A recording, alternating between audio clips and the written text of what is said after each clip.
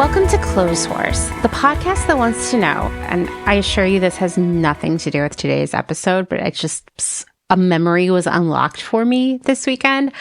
I want to know if any of you had balloons delivered by a clown on your birthday when you were a kid, because this was something I remember happening when I was very, very young.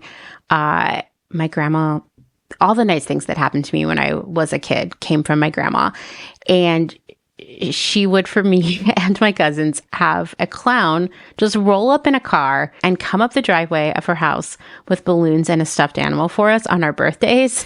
And it was pretty exciting and creepy at the same time. Anyway, if this resonates with you, if this has unlocked a memory for you, will you please let me know that I wasn't the only one? Anyway, I'm your host, Amanda, and this is episode 196.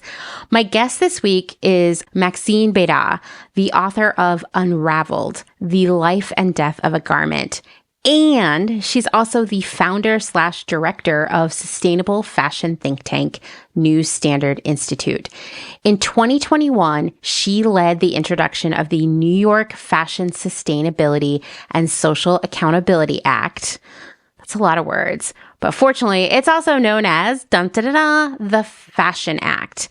And today we're going to talk about all things Fashion Act, the actual policy within this groundbreaking piece of legislation, the global impact the Fashion Act would have if passed, how and why the fashion industry is currently unregulated. Yes, spoiler, the Fashion Act would change that. I bet you were suspecting that.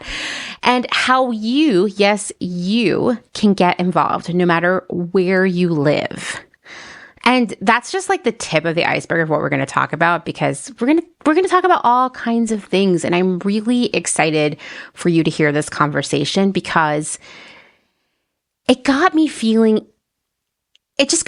so much hope. And lately, I have been thinking a lot about the power of hope and how when we don't have it, we aren't happy, we aren't motivated, we aren't really feeling like, or maybe even not really feeling like being interested in being active participants in this world. Last fall, when I was asked to be an ambassador for the Fashion Act, I felt so honored and excited. Like, here was something that could actually make a difference, that could really put an end to fashion's current negative impact on the world, and including all of us.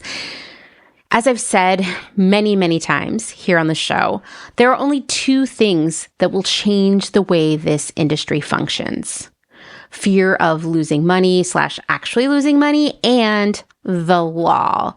And here it was, the opportunity to make the law part happen and be an active participant in it. Everything was kind of in a holding pattern until this year's legislative session began. So I kind of filed this future work on behalf of the Fashion Act. I kind of filed it away as something to do next year. And then I carried on with life. And I have to say, by the end of the year, I was feeling exhausted, frustrated, ready to quit. There were times where I would just be like, I want to yell at people I don't even know on the internet. I was just so angry. And it wasn't because these issues didn't matter to me anymore. And it's not because I wanted to give up. It was just life was wearing me down. I felt depleted. I mean, I'd had shingles, I was sick of dealing with the same bullshit excuses for why we shouldn't care about the impact of fast fashion that I have been hearing for years. Well, there's no ethical consumption under capitalism, and it's classist to talk about fast fashion. And if we get rid of fast fashion, nobody will be able to have any clothes, and on and on and on. Just all these bad faith arguments that people throw out there because these truths that we discuss are really uncomfortable. They're scary, and they feel too big to tackle. And with everything else happening in the world, I just couldn't help but feel like what I was doing was pointless. Who cares? I mean, I care. We should all care. These are These are big things that just get bigger when we ignore them, even though they feel intimidating in terms of size when we confront them. They actually will grow bigger if we turn away. It's interesting how that works. And at the same time, I'm feeling just like exhausted and kind of burned out and frustrated. Once again, also having shingles. And we were getting ready to move across the country. And it was a lot to worry about. Like, I would wake up at 2:00 in the morning and start fretting about all the things that had to happen before we moved. And I would have a hard time falling back to sleep. And I started to have to catch myself starting that spiral in the middle of the night and think about something else. I would be like, okay, you know what? Rather than thinking about moving, why don't you remember an entire episode of Beverly Hills 90210 in as much detail as possible until you fall asleep again? And so that's what I was doing, was like mentally recreating episodes of Beverly Hills 90210. Anyway, I was just like overwhelmed by all that stuff. And then, you know what? The whole thing was happened with Remake. And I don't want to talk about it anymore. I mean, if you want to talk about it privately, I guess I would answer your questions, but like, it was deeply traumatic. It really left me feeling sick at the end of it all. My entire interactions with that organization and how they dealt with it, both privately with me and publicly, made me feel, I don't know, disheartened isn't the right word. Made me feel just so disappointed in what the slow fashion landscape was looking like at that point, and who was leading it. And I just felt tired, like I said. And I realized that I was just kind of like running out of hope. Like, what could any of us do to make things better? And that's a terrible place to be. And honestly, I know I'm not the only one who was feeling that way then. And I know many people are feeling that way right now, because I see this sense of hopelessness and doom all over social media. It is out there. And there are times where when I'm confronted with it, I feel paralyzed about what to do. Like, should I try to make this person feel more hopeful? Should I ignore it? Should I agree with them? Like, where should I go? But I do believe that hope is something we can give to one another as well when we talk about how hopeless we feel. When someone comes to us to explain how hopeless they feel. A few weeks ago, I was cleaning the kitchen, and the podcast Hidden Brain was like an episode of it was playing on the local NPR affiliate here in central Pennsylvania, WITF. And I cannot find this episode anywhere. I tried to track it down so I could link it for all of you. If this one sounds familiar to you and you happen to have the link, please send it to me. But the entire episode was about hope and the sort of like power hope gives people who feel frightened, overwhelmed, are experiencing physical and mental pain.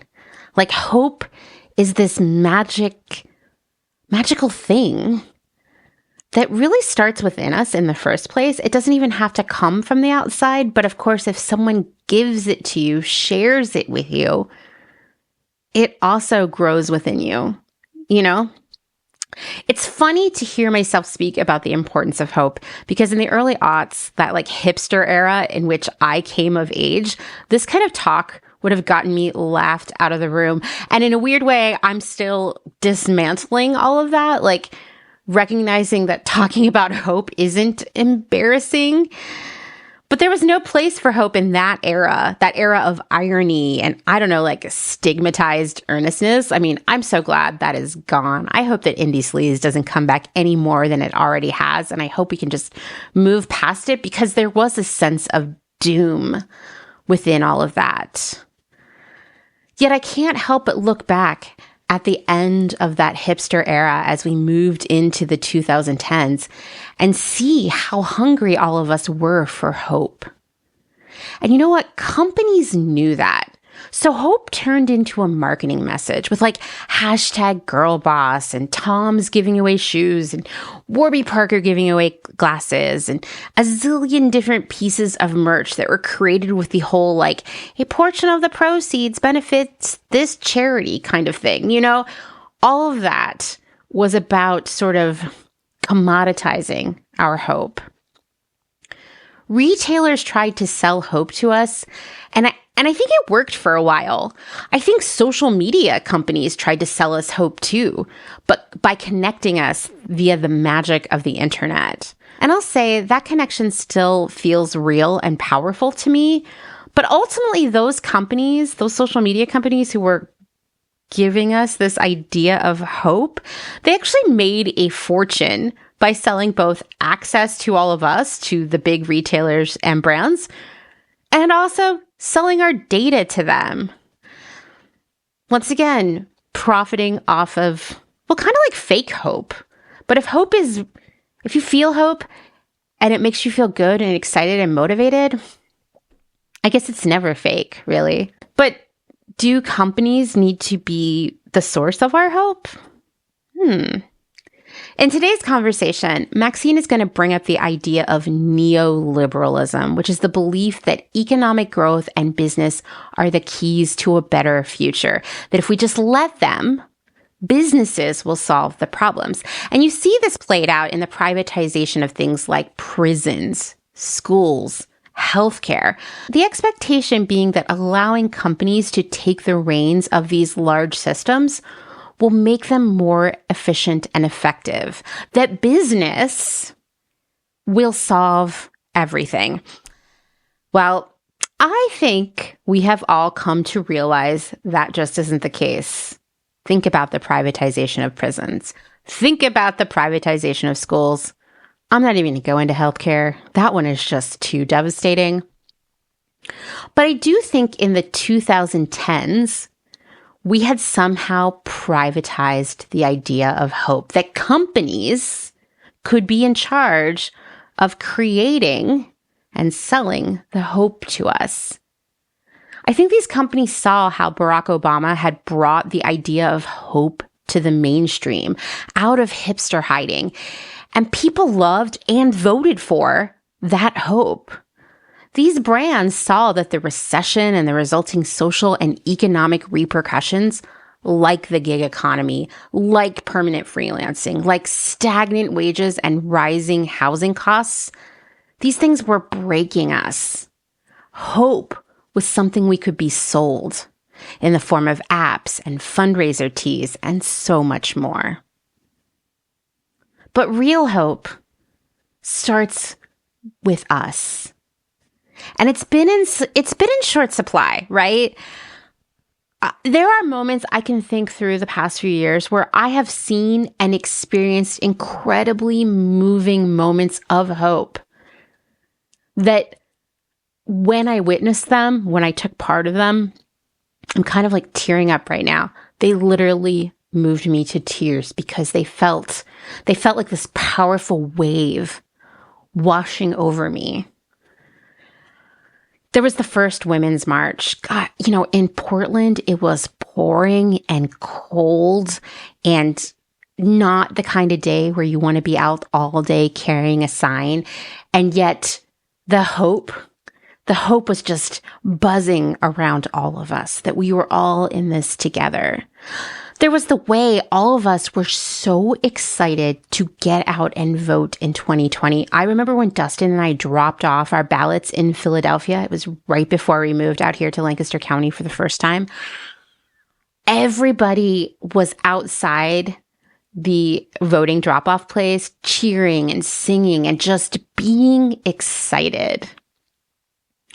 Even that feeling of watching the inauguration in 2021, like Dustin and I actually watched it, which is not something we would normally do because it just felt like things are going to get better. They're going to get better for all of us. And beyond these big moments, these big waves of hope, myself, I have felt hopeful on a personal level.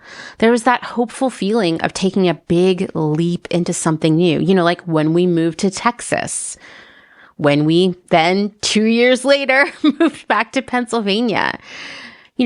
Trying new things, meeting new people, going to new places, these things have given me this sense of hopeful excitement. And yet, hope was feeling out of reach for me at the end of last year. But this year, getting to work on the Fashion Act, going to the lobbying day in February, working on a lot of other cool projects, and meeting new people and getting amped up to spend more time with all of you this year, this has given me the hope that I need. I feel excited to do this work. I feel excited to wake up every day. I feel like real change is not only possible, but going to happen. And I think that hope can be contagious. So one of my goals right now is to, I don't know, this is a gross verb, infect all of you with that hope so you can spread it to those around you. Because hope is motivation. Hope is energy. Hope is letting yourself believe that dreams can come true. Or if not dreams, because I realize that's a big one, how about at least things we all really want to happen to make this world better can happen.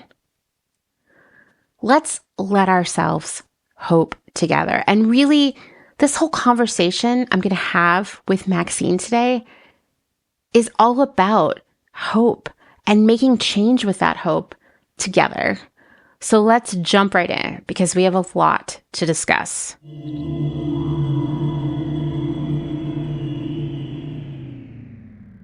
All right, Maxine, why don't you introduce yourself to everyone? I'm Maxine Bédat. I'm the director of the New Standard Institute, and I also authored the book Unraveled, The Life and Death of a Garment, and have been focusing my attention in the past few years on the Fashion Act.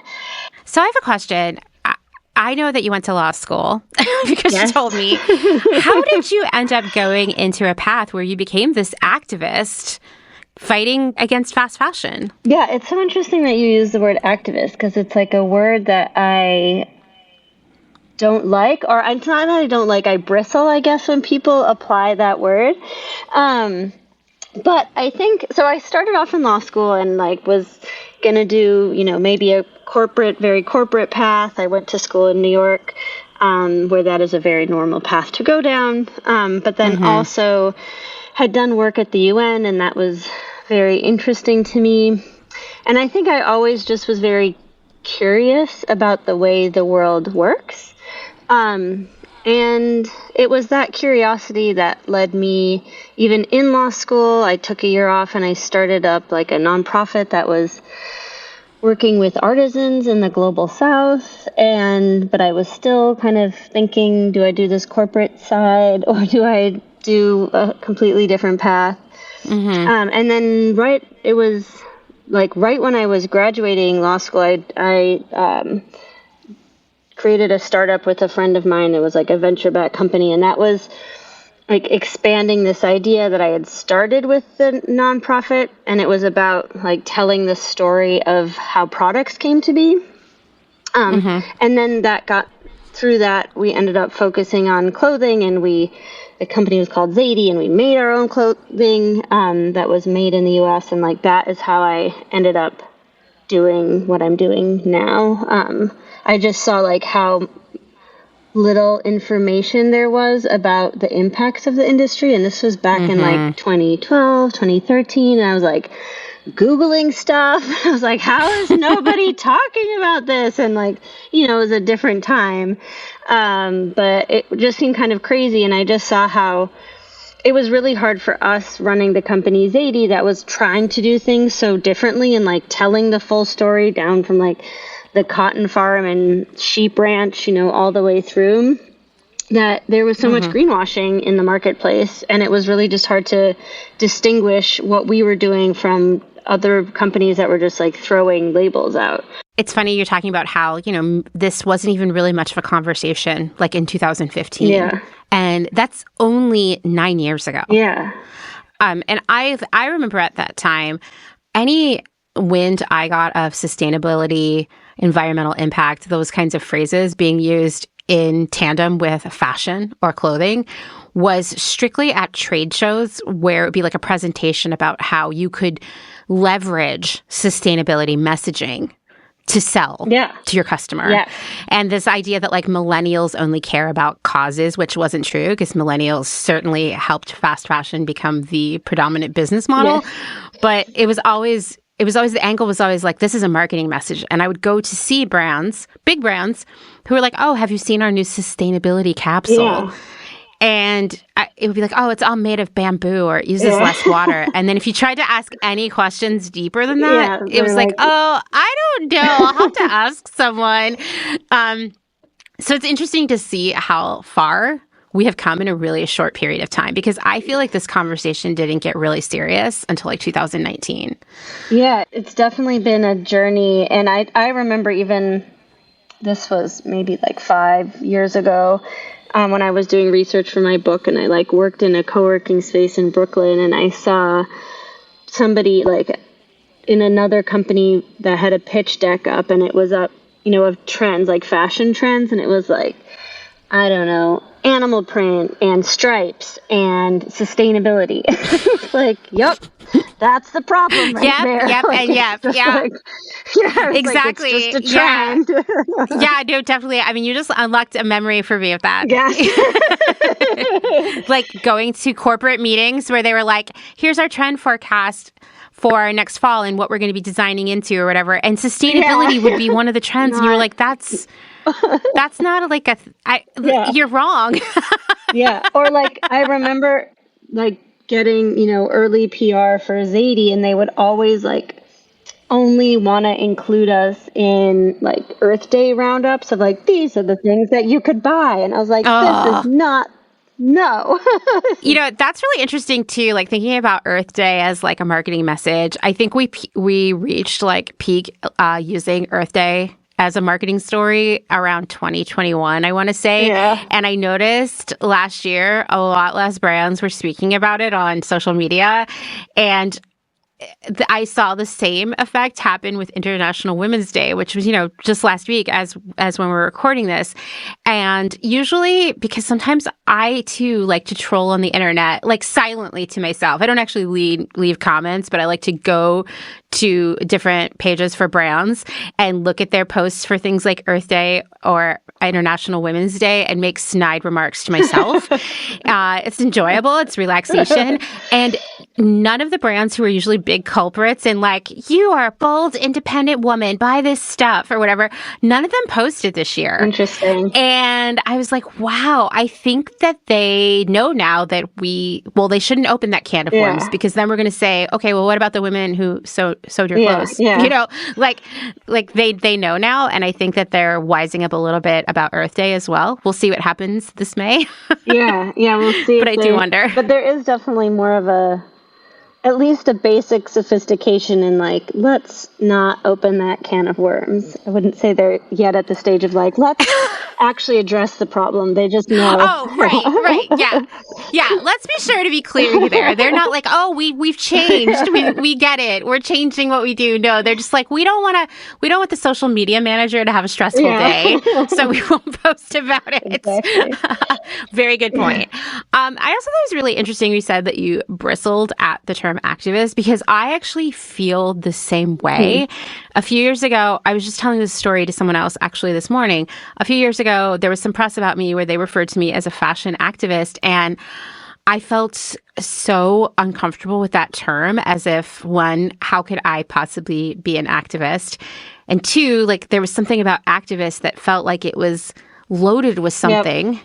I don't know what, but that wasn't who I was. Yeah. Like, or I don't know. It may have also been weird imposter syndrome. But the reality is that you're like a voice out there who is pushing for some really groundbreaking legislation, which for many people would make you an activist. Yeah, I mean, I think the reason why I bristle is a few different reasons. One is like, I feel like on the outside, people think of activists as like they're born activists, right? Like, there's something that drives them to see the problems of the world. And I feel like a very normal person. Like I don't.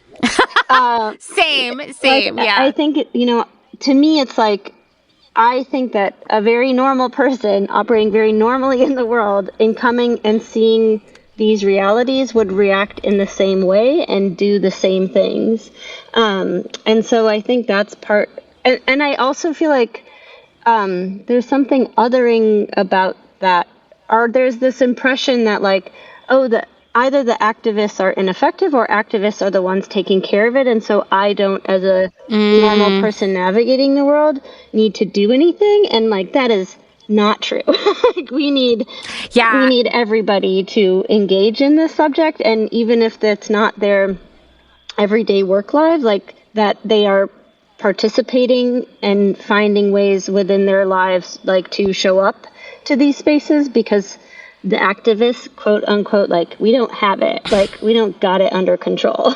I do like that line of thinking though, where it is like, oh, well, I don't need to worry about it because the activists will take care of it. Yeah. So that's enough. Like if I'm aware that the activists are doing the thing, then that's where my responsibility ends. And, with any issue, it is all about having a critical mass of people involved, actively involved, not just like liking posts on Instagram, but actually like being a part of the change. Yeah. And also the thing that I also bristle is like, I would also like to just be having fun and like enjoying things and not, like I very much am a person, I don't like get joy out of being a contrarian or like saying the truth. Like I want to be the basic girl that just like does all the fun stuff too. Yeah, no, totally. I feel the same way. I think that one of the things that I felt like there was this pressure on me by being labeled activist, that I could no longer have fun again, that I would always have to be really serious, and that if perhaps I was caught having fun, my activist status would be revoked. You wouldn't want that card taken away, Amanda. No. It has so many amazing privileges and perks that come with it. Really. No, really. Do you love working for free? Have I got a job for you? Yeah, exactly. Okay, so let's talk about the Fashion Act. Yes. I started working with you all last fall, but obviously this was in the works for a while. So can you tell me, how did the Fashion Act begin? Yeah. So the story of that begins really when New Standard Institute was created, and I was like working on my book. And I was, doing all of this research and getting to go speak to people and take the space to, read every report on the planet related to this field. And it just became very clear from all of that the voluntary measures, or even, engaging with citizen consumers to change their behavior, like all of that was set up for failure. Yeah. My theory of change evolved. Like you could see, in the beginning, I remember in launching Zadie, even when we pitched Zadie, it was, that was the fashion company. We pitched it and went to venture capitalists saying, we know, and I'm an elder millennial, I should say, like we know that in our parents' generation, like that they thought marching on the streets would change the world. We know that doesn't work. Like it's through business. So like that, I think, just shows the sort of neoliberal upbringing that like education that that my age group like was a part of. And so, that was like how I was thinking about things. Sorry to backtrack a little bit on this to understand where the Fashion Act came from, but but it was like, so that was the first thing. I was like, well, it's going to change through business, and we're going to show people like how their clothing is made, and through that they'll like naturally, it'll be consumer driven, this change. And then I was like, oh no matter how, even if we, like as successful as we are, like at the same time, we see the net impact of this industry is only getting worse. 'Cause like fast fashion was also increasing even as we were, growing as a company. So I was like, even if there is this niche, group of people, and even if that niche is expanding, like we don't have time to get there. Yeah.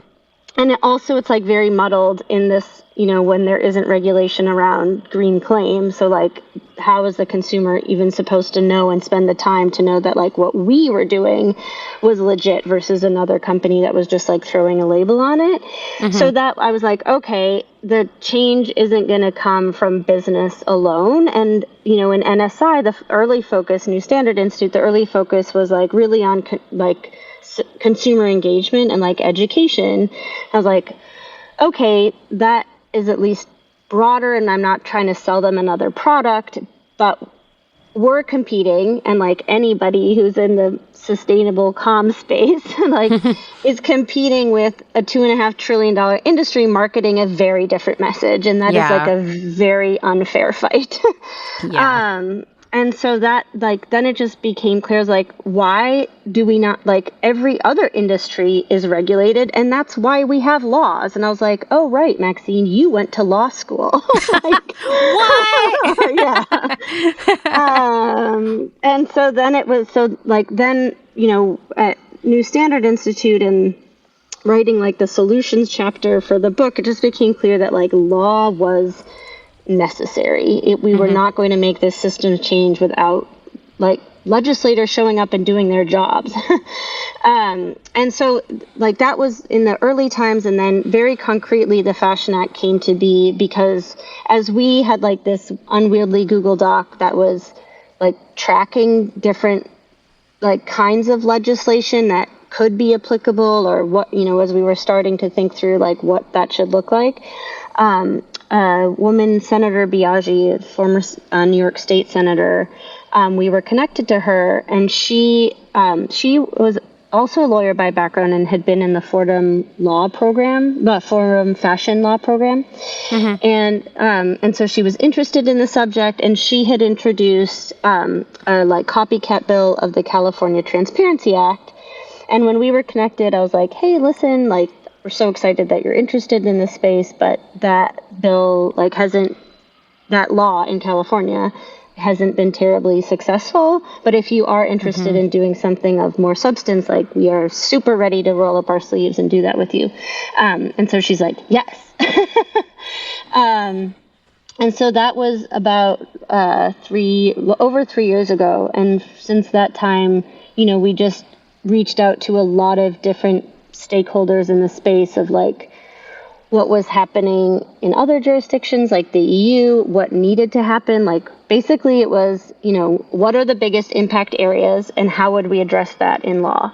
And then getting input from all different stakeholders. And that's kind of been the process we've been on for the past 3 years. I like how you talk about how we were sort of raised with this like neoliberal idea that like business is how we will fix things, because I mean, I do think like in the like early 2010s, as many of us were like really getting into our careers, like the older millennials, we were surrounded by this idea of like mission-driven business and like, the girl boss era and whatnot. And it was like, oh, well, Tom's gives away a shoe for every pair of shoes it sells. It's like, why do we need 2 pairs of shoes existing? The whole girl boss thing is like a whole other ball of wax. Oh my God. Yeah. But it just was like, it's more of the same wasteful, toxic, work environment shit that has been going on before this. And I think a lot of us came out of that time period like, wait, the like business maybe isn't going to fix anything, which is interesting because the fashion industry is largely unregulated. Could you speak to that a little bit more? Because when I say that to people, they are like, wait, but like, what do you mean by that? And I'm like, well, exactly as I said it. I don't know what other context of zero exists. And it's wild, but it's true. Yeah. So I think 2 things. One, just to piggyback off of your girl boss comment, I deeply feel that. And I remember in pitching the book to publishers, they came back and wanted, the publishers were like, yeah, I see this pitch. We want like a girl boss story from you. And I was like, no. I was like, that has nothing to do with what this pitch was. This is like the dark underbelly of the fashion industry, not like Maxine's journey into, fashion startup land. Like, stop it. Yeah. And so, I just and it was crazy how, you see media and, the publishing world, like they want these archetypes because they know that sells stuff. And it was really I had to stand my ground and be like, no, that's not the book I want to write. Anyway. So glad you didn't, by the way. We did not need more Girl Boss media. No. I worked at Nasty Gal. I worked at Girl Boss World Headquarters. Yeah. Yes, you did. Where when you get hired, they give you a copy of Girl Boss. Yeah, and oh my God. I will tell you, I am obviously a really good student and overachiever. And I read the book before the interview in case it came up. You just never know, right? Of course it didn't come up. And I was like, this is not a very good book. And I feel like it's so narcissistic and I don't know, just so reckless. And I got to tell you, even still coming in knowing this book is not very good, it's kind of nonsense, working there and the reality of it being no empowerment of women whatsoever was really... It really put me, demoralized is an understatement. It kind of broke my heart in a certain way where I was like, why can't we have nice things? And I think we can't have nice things because business is not going to fix the problems unless they're forced to. Yeah, and especially at that era, because I can just say I can commiserate on the other side is there was, you had talked about and mentioned before, this idea that business solves all the problems and triple bottom lines. And even in the venture world, at that time, it was not called sustainable investing, but it was, there was this idea that, and there still is in the investment community, that the triple bottom line and you're actually going to get better returns by better with more sustainable practices or more women or whatever. And that was such a myth. We had those investors in Zadie and I can imagine with Nasty Gal as well. And they just, the expectations that they had of growth of a brand, were just silly and completely not matched with how brands have ever grown historically. Yeah.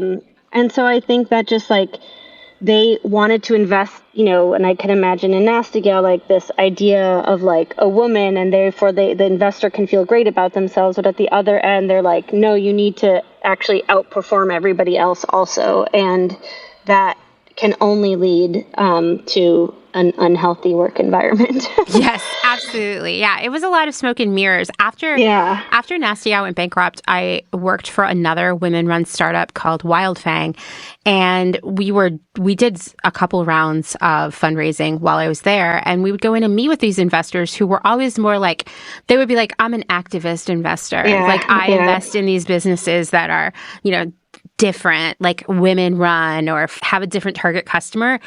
It was at first it was oh, wow, this is amazing. But when we got down to brass tacks, the meeting was always how fast can you deliver this level of profitability and this level of revenue?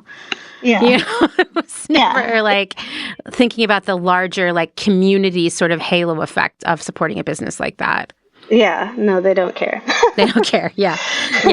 So, okay, the fashion industry, largely unregulated. What that essentially means is I think there's generally an idea or when I was navigating the world before diving into this as a career, I generally had the idea that there was some government body that was making sure things were generally healthy or generally safe, Yeah.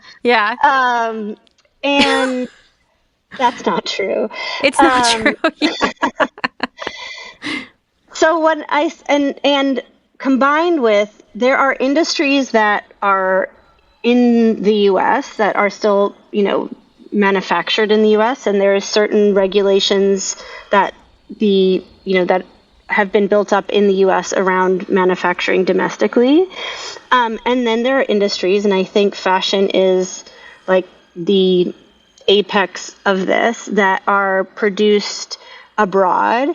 And in combination with the fashion industry, the way in which clothes are made has not changed dramatically in the past 100 years. It is still largely women sitting behind sewing machines.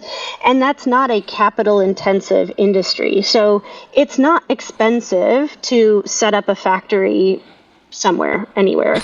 Yeah. And so what that, like, the combination of that is that the industry is set up to go to the places that it's the cheapest to produce. And where it is the cheapest to produce is where the labor costs are the lowest, and there is less oversight on the environment, because that's how you could do it cheaply, is by cutting corners. And then globally, because it's not there's no like global regulation around it, countries are actually put at a competitive disadvantage by like increasing local minimum wage. So if Bangladesh, say, increases their minimum wage for their garment workers, and they then become uncompetitive to, say, in Ethiopia, well, then the industry is just going to move to a country like Ethiopia.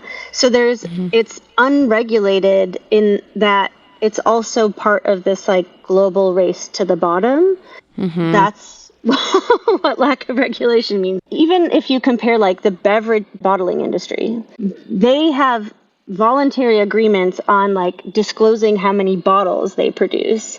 In the fashion industry, we don't even of course we throw numbers around that are estimates, but we have no real solid idea of even how much, how big the industry is in terms of units. So even what the actual impact is, we don't have a real solid understanding of, because it's not even required to disclose that anywhere. Oh, yeah, absolutely. I mean, so many things about the fashion industry that we know exist, it's really hard to speak to the scale of the overproduction, the returns, because that's an epic issue in itself. How much stuff is being destroyed every year, and these are things that you might find if you and even still in the most veiled language, if you dig into a company's annual report and you really get, and you might find it. And I think these things that we don't know are really where a lot of the things fall apart, where the industry, where all of the worst aspects of the industry are on display. But it's hidden, and there's no one has stepped up to regulate it. Now, I'm interested to hear from you because, other industries are regulated, like you said, like the bottling industry, right? And I'm not saying that all of these regulations are ideal or as great as they should be, or maybe they could be more regulated, but there are nonetheless, there are rules around these things. Fashion has not been, which, literally fashion is an issue for every single person because all of us wear clothing. Right? We all wear clothes. We wear shoes. We wear socks. We wear underwear. All those things. We wear pajamas. We all wear clothing. It's a basic human need. That's something that unites all humans across the world. And yet here it is, this massive industry that has to create enough clothing for all these people to wear. Spoiler, they create way more than that than we need.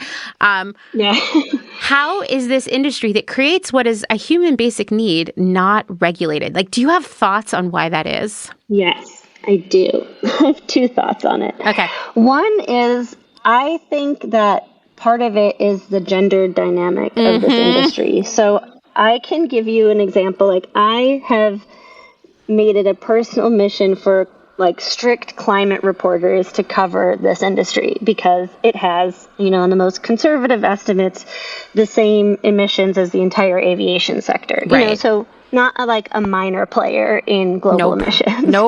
And going in the wrong direction. So, I've there have been so many times, so many examples, Amanda, that I could point to where they'll say oh, I don't know anything about fashion. I don't buy anything new. And I'm like, cool. I don't care.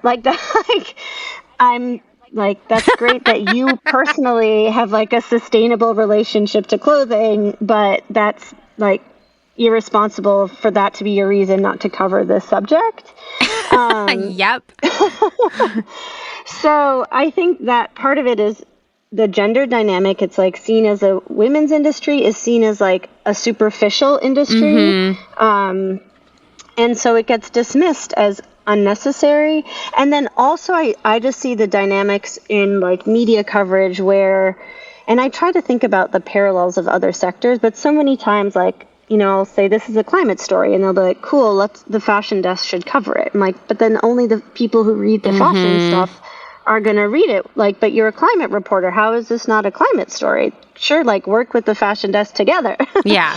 And so I see a lot of that happening. And fashion isn't seen like, it isn't part of the business section. It's in the like culture and lifestyle sections of traditional media. Yep. So I think there's like a gendered component. And then I think the other part is that because climate and environment, but like because the Paris Agreement has been organized around country contributions, I think there has been just a tendency to like kind of narrowly focus on what the impacts and emissions are like in the US as opposed to this industry where the emissions and the environmental impact is largely created abroad and then, we purchase it and participate in it. So I think those are the two drivers of why in my perspective. Oh, yeah. I agree with both of those. I do think, I will tell you, I've had many men who I know in my life whose opinion I respect say like, hey, I listened to an episode of your podcast. It was really good. You're obviously like really talented. Here's my question. Like, why is someone as smart as you talking about clothing? And it's like, because this is an issue with massive global implications. And it's a huge industry. It employs millions of people around the world. I don't know how we get people over that hump of realizing that the fashion industry is just as important to cover on the climate desk as, the aviation industry or the steel industry or what have you. And I also say I have frequently over the years, working with a career as a buyer, like I have to be really great at critical thinking, really great at organizing data and drawing conclusions from it, like analysis. So much math. So much creative thinking and so much deep understanding of human psychology. And yet I have had so many people assume that I am some kind of ding-dong because I work in fashion to the point where someone actually said, I don't really want you to be on my trivia team because you probably don't know very much stuff outside of clothes. And I'm like, are you serious, dude? Because I would wipe the floor with your ass at trivia. I don't want to hear it, That's crazy. Yeah, but I do think like that's real. Even when we were going into some legislator meetings, I could feel like people were like, like it's just clothes. And it's like, no, dude, this is like the big time. This is like big nightmare repercussion situation. Yeah. And that's what's crazy is like, depending on what in the US, it's largely dismissed. In Europe, like the largest company in France is LVMH. It is fashion. So they understand, and it is a massive, political power and, it drives their economy. So they get it. And then in major production countries in, China and Bangladesh, where in Bangladesh it's 80% of exports is apparel, like it is seen as the power that it is because it's just the fact of the economy there.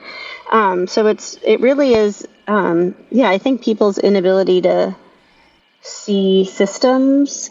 I think so too. And they're honestly, some of the richest people in the world, their money comes from clothing. Yes, including, I'd have to check on the Forbes Today list, but like for the past several weeks, it has been the Arnault family at number one. And like that, I think I feel like there's so much media coverage around when like Jeff Bezos and Elon Musk like switch. I know.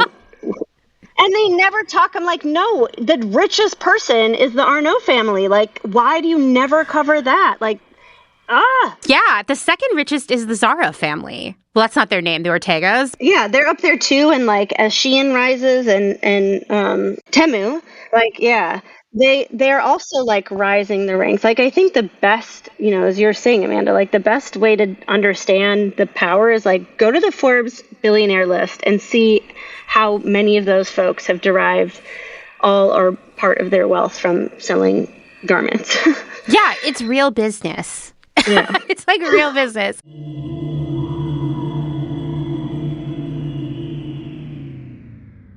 Let's take a moment to thank some of the incredible small businesses who keep Clotheshorse going via their generous Patreon support.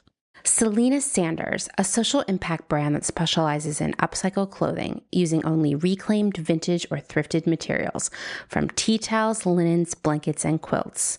Sustainably crafted in Los Angeles, each piece is designed to last in one's closet for generations to come. Maximum style, minimal carbon footprint. Shift Clothing out of beautiful Astoria, Oregon, with a focus on natural fibers, simple, hardworking designs, and putting fat people first. Discover more at shiftwheeler.com. Late to the Party, creating one-of-a-kind statement clothing from vintage, salvaged, and thrifted textiles. They hope to tap into the dreamy memories we all hold. Floral curtains, a childhood dress, the wallpaper in your best friend's rec room, all while creating modern, sustainable garments that you'll love wearing and have for years to come. Late to the Party is passionate about celebrating and preserving textiles, the memories they hold, and the stories they have yet to tell. Check them out on Instagram at Late to the Party People. Vino Vintage, based just outside of LA. We love the hunt of shopping secondhand because you never know what you might find. Catch us at flea markets around Southern California by following us on Instagram at vino.vintage so you don't miss our next event. Gabriella Antonis is a visual artist, an upcycler, and a fashion designer. But Gabriella Antonis is also a feminist micro-business with radical ideals. She's the one-woman band trying to help you understand why slow fashion is what the world needs. If you find yourself in New Orleans, Louisiana, you may buy her ready-to-wear upcycled garments in person at the store Slow Down at 2855 Magazine Street. Slow Down NOLA only sells vintage and slow fashion from local designers, and Gabriella's garments are guaranteed to be in stock in person, but they also have a website so you may support this woman-owned and run business from wherever you are. If you're interested in Gabriella making a one-of-a-kind garment for you, DM her on Instagram at slowfashiongabriella to book a consultation. Please follow her on Instagram at slowfashiongabriella. That's Gabriella with one L. Dylan Page is an online clothing and lifestyle brand based out of St. Louis, Missouri. Our products are chosen with intention for the conscious community. Everything we carry is animal-friendly, ethically made, sustainably sourced, and cruelty-free. Dylan Page is for those who never stop questioning where something comes from. We know that personal experience dictates what's sustainable for you, and we are here to help guide and support you to make choices that fit your needs. Check us out at dylanpage.com and find us on Instagram at dylanpagelifeandstyle. Salt Hats, purveyors of truly sustainable hats, hand-blocked, sewn, and embellished in Detroit, Michigan. Find us on Instagram at Salt Hats. Gentle Vibes Vintage. We are purveyors of polyester and psychedelic relics. We encourage experimentation and play not only in your wardrobe, but in your home too. We have thousands of killer vintage pieces ready for their next adventure. See them all on Instagram at Gentle Vibes Vintage. Thumbprint is Detroit's only fair trade marketplace, located in the historic Eastern Market. Our small business specializes in products handmade by empowered women in South Africa, making a living wage, creating things they love like hand-painted candles and ceramics. We also carry a curated assortment of sustainable and natural locally made goods. Thumbprint is a great gift destination for both the special people in your life and for yourself. Browse our online store at thumbprintdetroit.com and find us on Instagram at thumbprintdetroit. High Energy Vintage is a fun and funky vintage shop located in Somerville, Massachusetts, just a few minutes away from downtown Boston. They offer a highly curated selection of bright and colorful clothing and accessories from the 1940s to the 1990s for people of all genders. Husband and wife duo Wiley and Jessamy handpick each piece for quality and style, with a focus on pieces that transcend trends and will find a home in your closet for many years to come. In addition to clothing, the shop also features a large selection of vintage vinyl and old school video games. Find them on Instagram at High Energy Vintage, online at highenergyvintage.com, and at markets in and around Boston. Vagabond Vintage DTLV is a vintage clothing, accessories, and decor reselling business based in downtown Las Vegas, Nevada. Not only do we sell in Las Vegas, but we're also located throughout resale markets in San Francisco, as well as at a curated boutique called Lux and Ivy, located in Indianapolis, Indiana. Jessica, the founder and owner of Vagabond Vintage DTLV, recently opened the first IRL location located in the Arts District of downtown Las Vegas on August 5th. The shop has a strong emphasis on 60s and 70s garments, single-stitch tees, and dreamy loungewear. Follow them on Instagram at Vagabond Vintage DTLV and keep an eye out for their website coming fall of 2022.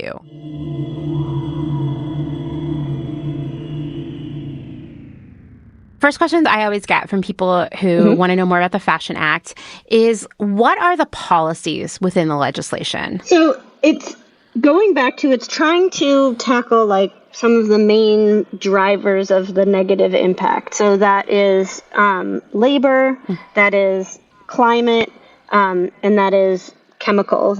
And then it does that building off of regulations that the EU has been working on for a long time. We'll see if they pass or do not, but that framework is a due diligence framework. So what it does is, I think first, just to clarify, since this can be confusing, is that it's a New York bill. It's also been introduced in Washington and Massachusetts. So, but it's a state piece of legislation that reaches any fashion company with global revenue over $100 million that is selling into the state of New York. So it's not just New York companies. It's not just New York manufacturing. It's any company, any fashion company, global revenue over $100 million that is selling into the state. And basically what it requires is that, you know, the logic of it is, if you want access to this big market, and New York is the 10th largest economy globally, if you want access to this huge market, this is the requirements that the state has for how those products are going, need to be created. And so it sets in requirements around labor protections, including a definition of effective due diligence as the garment worker is actually receiving their legal due wages, which is not on average what garment workers are getting. True story. Yeah. And then it requires, things like that companies have to set and achieve science-based targets. So what that means is the companies simply have to operate then their supply chain principally, because that's where the biggest climate impact is. Their emissions have to be reduced in line with the Paris Agreement. So that is to say, what scientists say are the reductions needed to operate within planetary boundaries of the climate.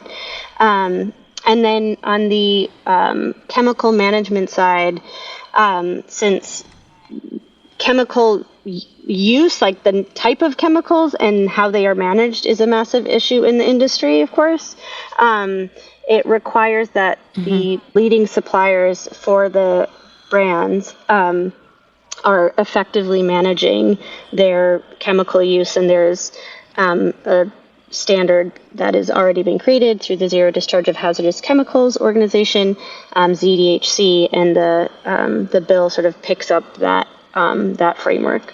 So essentially what it does is it uses these frameworks that already exist, that in the industry has in many cases already voluntarily signed up to do, and just puts the force of law and saying, if you do not meet these targets that you have already voluntarily many times set out to achieve, the state can fine you up to 2% of global revenue. So there's actual consequences for not meeting the targets that a company has set out to achieve.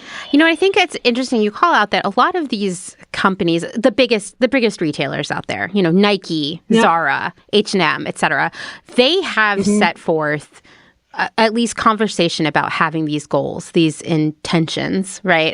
If you visit, for the content I've been making for Instagram about the Fashion Act, I've had to watch so many laborious videos and whatnot that these brands make that fill me with rage. And they're out there saying oh, we are voluntarily doing these things. The problem is that they're not really doing them because there's no one holding them accountable for following through. Yep. And I noticed, it was interesting, for example, I was watching a bunch of these Nike videos, which I was like, wow, Nike spends so much money making content about sustainability for YouTube. And it's okay, but y'all care about this, at least from a marketing perspective. And people in the comments were just loving it. And then I thought well, why aren't you actually really doing any of this? Or why is your sustainable stuff just a collection, not everything you do? Think about how many sneakers Nike makes every year. I don't even want to know how many tens of millions of sneakers Nike is making every year. Yeah. If you can do it for this one product drop, why can't you do it for your entire company, your entire collection, all your production for that year? And it's because they don't have to. Yeah. I think the thing to really understand about where we are in this sustainability la land a little bit is that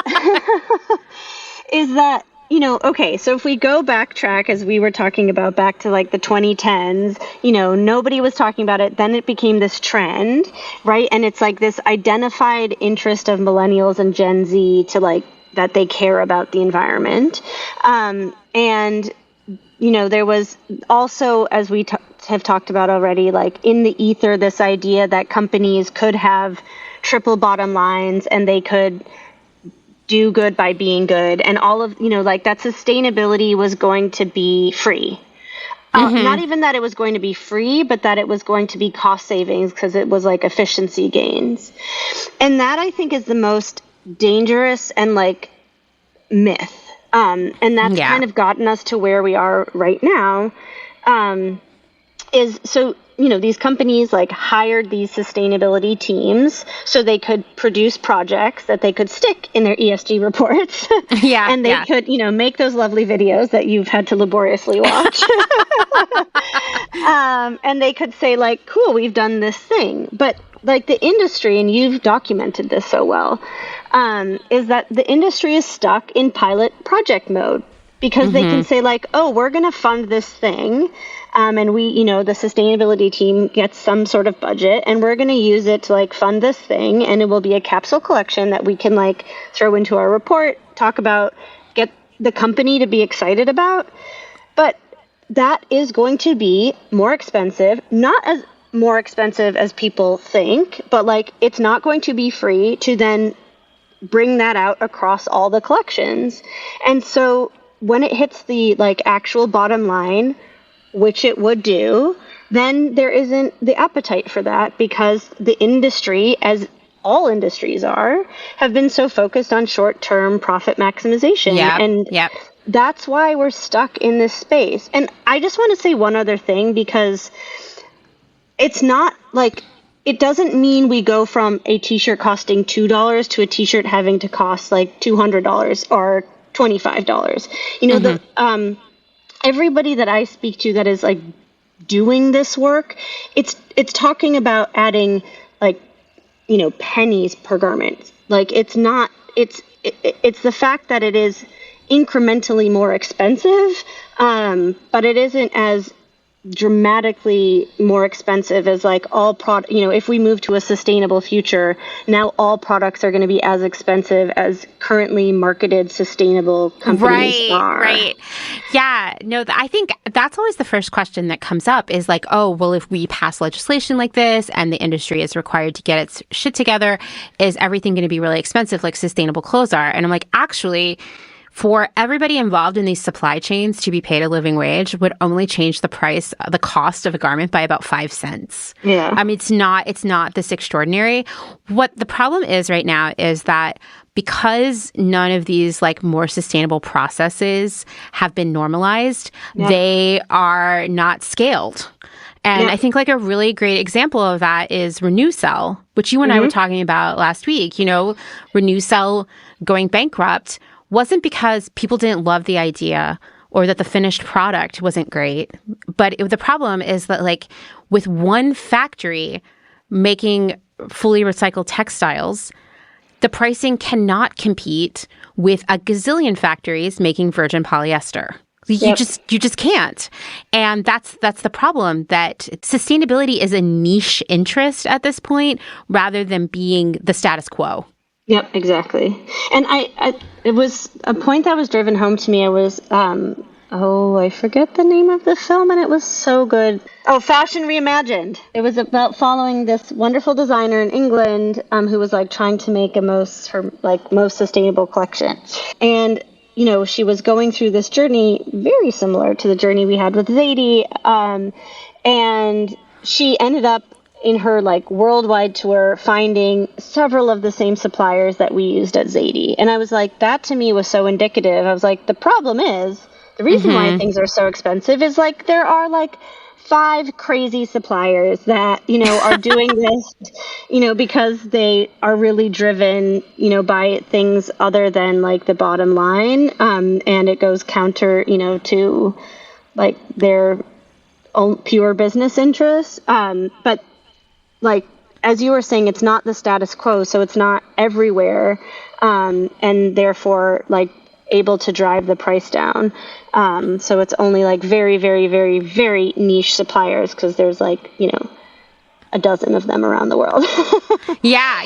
It's so true. It's, like, funny for all of my friends who work in the area of making like more sustainable, ethical clothing and shoes. They all work with the same handful of factories. Like that's it. That's all that there is. And whenever they've tried to find someone else, there isn't anyone else, because no one's forced these processes to be normalized. But something I always want to remind everyone of is the way even clothes are made right now. And I don't mean it's always been the same. It's like women at sewing machines, but just the way we look at pricing and the kinds of fabrics we use and the speed with which it all happens and how it gets transported around the world. That is only a shift that has happened in the last 10 to 15 years, which is a very short period of time to totally overhaul an entire industry. But what that says to me is we made fast fashion the normal business model. Yep. And we can make this the normal business model. Yeah, things can change. Like, when I get like exhausted or like, are things ever going to change? The best thing is to speak to historians, because like they'll take that and they'll laugh. They're like, do you know how this like neoliberalism is like a tiny blip in like history? This is not our inevitable future, right? These things change all the time, and we have the power to do so. So I always like to bring in the inner historian or go and speak to some of them, because it is such a good perspective. Like the space we're in right now, as you said, has only been in the past 10 to 15 years. This whole Shein like instant fashion thing is only in the past couple of years. This doesn't have to be our future at all. And I think, we do have the power to change it. We do, even if it feels overwhelming. You know, when you talk about these kinds of things on social media, there are a few arguments that you hear over and over again, you know, like, well, there's no ethical consumption under capitalism, or it's classist to talk about fast fashion, these kinds of things. But the one that really, I'm used to all of those other ones, right? And Yes. I have thoughtful comebacks for those. The one that just really, really gets my goat and always just makes me so angry is when people are like, well, it's the responsibility of corporations to fix themselves, not our responsibility. Like, I can never compete with what Amazon's impact is. And it's like, I hate to tell you, but like, we have let Amazon and all these other companies operate on the honor system for a really long time. And it turns out they're not going to do the right thing without some push. And that push is going to come from us, whether it is where we spend our money or what we vote for. And it's really a combination of both. Yeah. I think we were talking about this before, Amanda, but that Spider-Man meme, like, I think about that Spider-Man meme of the 3 Spider-Men pointing to each other all the time. Mm-hmm. And like, who's responsible? Is it like citizen consumers? Is it company, or is it legislators? And like, we could say that till we're blue in the face, that it's not our job, right? And it's like the job of industry. But the industry is going to keep doing what it does. Mm-hmm. So like, we could feel all self-righteous and like, or dismiss our responsibility to engage in this, I guess. But at this, like, as we do that we're the ones hurting from it, right? Like, the impact is going to happen. Right. So, and then, like, we can also say, like, it's the job of legislators. But guess what? The legislators only do the things that we make noise about. Yeah. So it just, like, we're stuck, like, even though it's not fair, that is the reality, that we have to make time, make space. The one thing that I would just add is, like, and that I wish and hope would get into more of the wellness conversations is, and we've talked about this, Amanda, is like, it is so empowering and so life affirming and so like good for mental health to work in collaboration with other people and work in alliance and build community together around addressing these issues. Like, there is something very good for the body and soul in like working on these things together. So it's not, yes, it's work. Yes, it's finding time and space to like participate and show up, but it feels really good to do it. It really does. I keep going back to our lobbying day in February. And, you know, I have spent the last 2 years in Austin being pretty isolated, just working all the time. And to move back to the East Coast and be able to be a part of that and be surrounded that day by so many smart, interesting people who cared about the same things. And we all had like different personal style, different lifestyles. And yet it was just like rejuvenating for me on so many levels, because I feel like I came into this year feeling like, man, I don't know, I'm so tired. It's this work is hard. And I'm tired of fighting with people on the internet about it or whatever. And just being surrounded by that energy and I could feel we were all feeding off of one another's energy. And it was powerful. The best mental, like the best self-care anyone can do. Forget about a sheet mask. Right? This is like where it's at. Yeah. But it truly is like there's got to be research, or there should be research, because I think people, and I'm sure they talk to you about it, but like, I think people often think that like things must be really hard or depressed or whatever. And like, it feels so much more empowering and good in oneself to like be working on trying to address things than just feeling like the doomerism, which would, which is like, feels like so in the ether, and in the zeitgeist right now, and leading to bad things. Like we can work together, not be lonely, which is another huge, part of our society right now, like, and come together. And that's, I think, the other reason, like, going back to bristling at being labeled an activist is like, we invite people who do not identify as activists, like, and we need everybody to show up, just concerned citizens, like regular concerned citizens. Like, bring back that phrase, concerned citizen. It sounds like retro, but it's real. Yeah, it's real. Like, we are all citizens of a society, and like, if we don't show up, other people with resources and power are showing up. And it's true. That is like the strength and weakness of a democracy. So that's what, it is what we have to do and how we have to see ourselves. Yeah. Yeah. We all have to be a part of it, but it feels good. Even just the act of going and like voting. I feel like I get like a big dopamine hit from voting. And all day I have this like extra spring in my step. Well, there are all these other ways we can get that year round by showing up, and, connecting with people who are passionate about the same things, sharing information, talking to other people about it. It doesn't have to be, all of this like hours and hours and hours of unpaid labor that like burns you out. Yeah. But just being a part of it, it's big. And I see, like you said, so much of that doomerism. Oh my gosh, TikTok. Like, oh boy. People, it's dark over there where people are like, who cares? I'm just going to buy as much as I can from Temu until we all die. And it's like, whoa, no, red alert. And same thing, I see a lot of that on Reddit too. And it's just like, it can be that future, sure. But it can also not be that future, Like, things have changed. I was telling you before, like, how I read this essay about how, Gen X and older, they lived in the shadow of the fear of nuclear annihilation. Mm-hmm. And I watched this. My husband and I have like a weird idea of a good time. Sometimes I will be fair. And we watched this it's like 1983 or 1984 made for TV film called The Day After. It's about nuclear war in the United States. It takes place in Iowa. I can't believe this was on ABC. Like, this was on network television because it was grisly. It was dark. There was no happy ending. There was no romantic subplot. Everybody basically died at the end. Long, horrible deaths.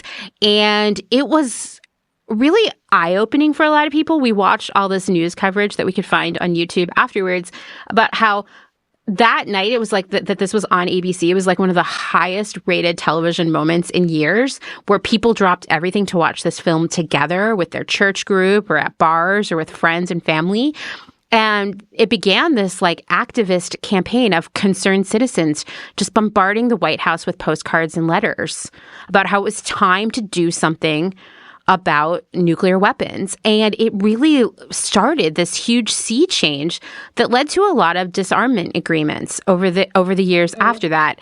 And I don't think that we need to have a grisly, gross, made-for-TV movie about what fashion is doing, but maybe people need to see that. I'm always like, who can we pay to fill the Grand Canyon with old clothes so we can see the impact of our waste, and then we'll truck it away. But like, the point is that those people lived in fear of something that we don't even think about anymore. Yep. Like, I don't sit around worrying. Yeah, they addressed it. And like, it got them out under this fear of this future that was going to be, based on that movie, horrible. They fought against it. They raised their voices. No one was like, oh, I'm going to quit my job and become a full-time activist, anything like that. They just got out there and let their voices be known and talk to other people, and real change came out of it. And I think we are at the same point with climate change, with plastic pollution crisis, just pollution as a whole. Like, we have this chance where if we join together with the people around us, we can change our future. Yep. Yeah. And I love that you bring out examples in the past that actually have worked. Like, and another one of those is the cigarette industry, where I would hazard a guess that people would think, oh, that behavior is never going to change. It's literally addictive.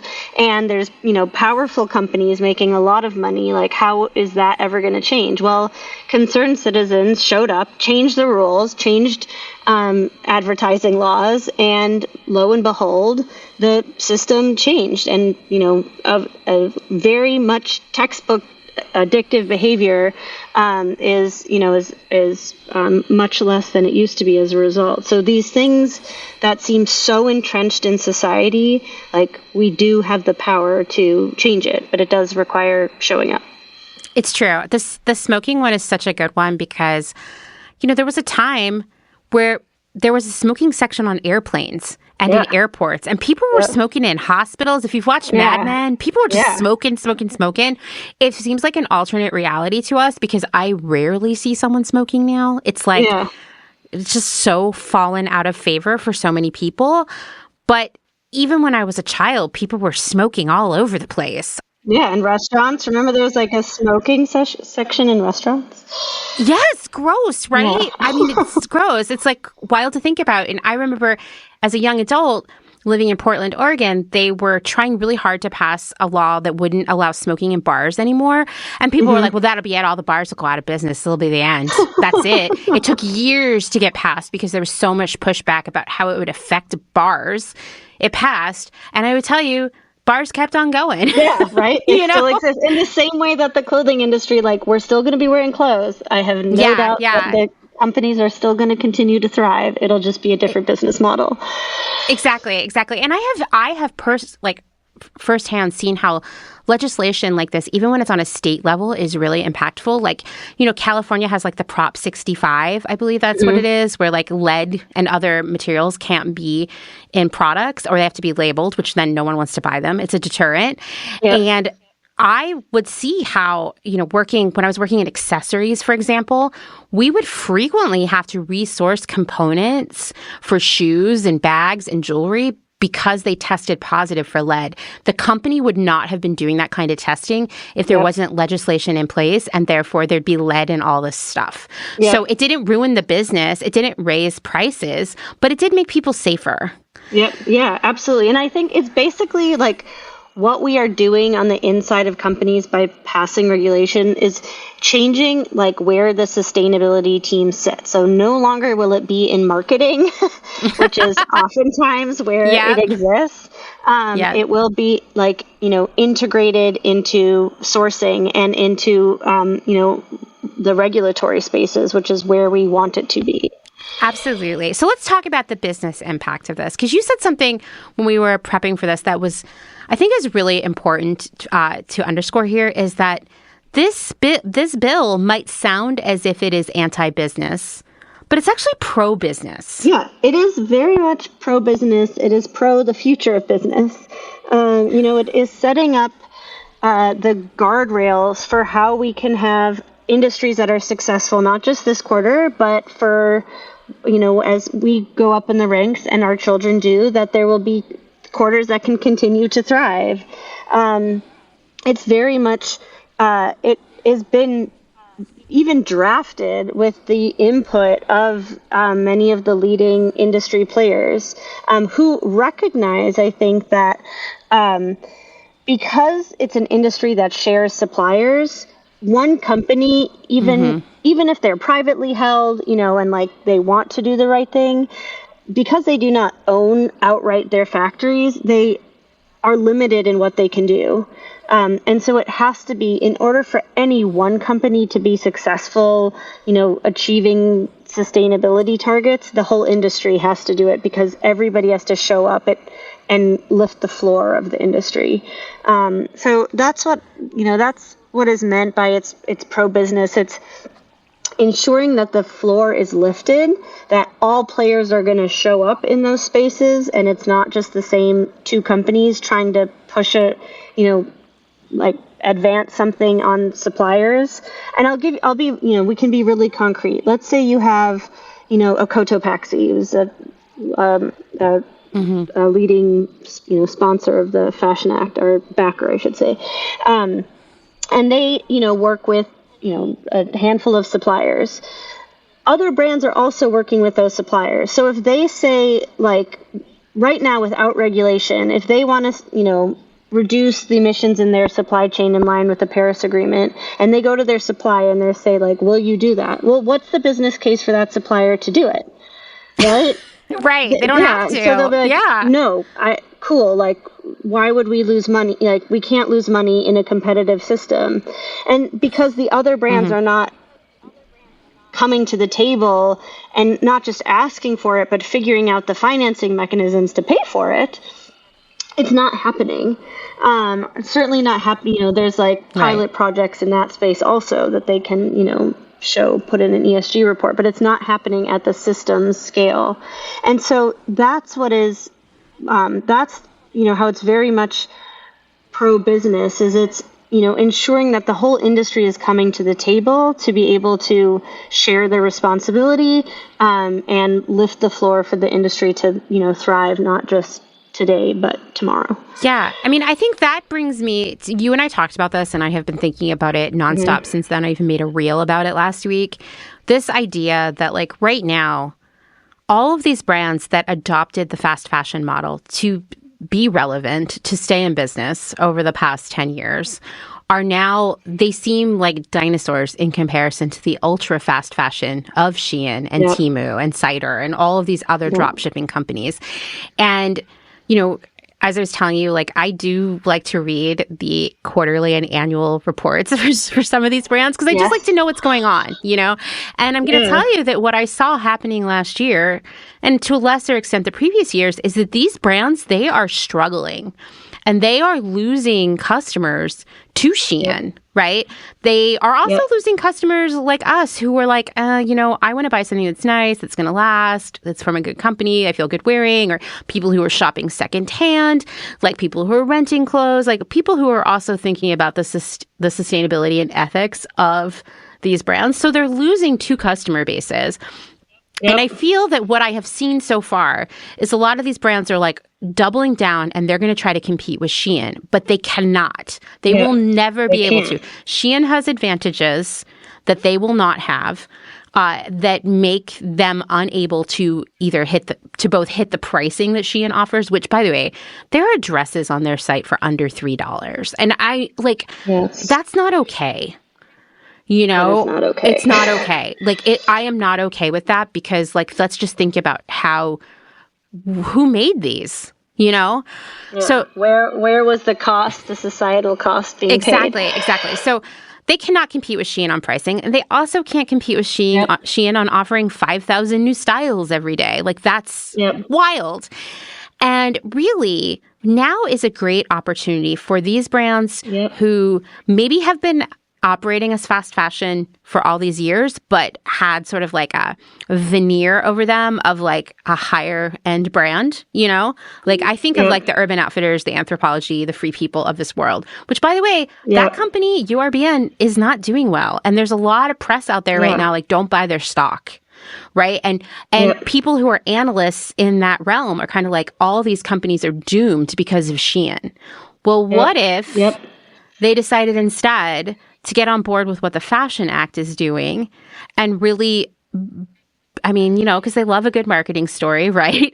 Market around that. Like, hey, we're committed to doing things better. We're going to do things better. And we are putting our money where our mouths are. We're supporting this act. We are getting the news out there. We're getting ready to follow all these policies. That's an incredible marketing story. Yeah, absolutely. And I think that, American companies, American fashion brands and multi-brand retailers, like, as you said, Amanda, the Shein and Temus of the world are absolutely an existential threat to their business. Yes. And as you said, like, they will not be able to outcompete them on those, on those measures. And I think, as you have, because you were in the industry, and I have, because I was in the industry, like, I have a certain amount of sympathy for, what these executives are going through. And what this time is calling for is for leadership. Like, this is not going to, they're not going to win in this race regardless. And so it's an opportunity to really step up as human leaders, as in their full humanity, and be part of a really exciting future, a future that, Cotopaxi believes in, a future that Stella McCartney believes in, a future that Mara Hoffman believes in, a future that Patagonia and Eileen Fisher, all of these companies, like, they know it's scary, it's different than what is, they're doing now, but it's it's being a part of the future and an exciting one, not just this sort of inevitable decline. And so I think it is a real opportunity for people who are thinking about their legacy, for, executives who are thinking like, what am I doing here besides getting a paycheck? And, can I look at my kids in the face, and what do I want, to impart on them? And so it really is, and even if you like ethics aside, from a pure business perspective, it is the right thing to do from a business perspective, because it gives it, these American brands and multi-brand retailers a solid defense against, companies that are just producing so much product and at such low prices that they wouldn't be able to operate the same business model and be compliant with the Fashion Act. So, it's a real opportunity for these companies to step up, do the right thing for their hearts, and the right thing for their shareholders as well. Absolutely. I mean, I think it's how they ensure that these companies have a future, because the direction it's going right now, that's just not the case. I mean, if you like to geek out on these kinds of annual reports, earnings reports,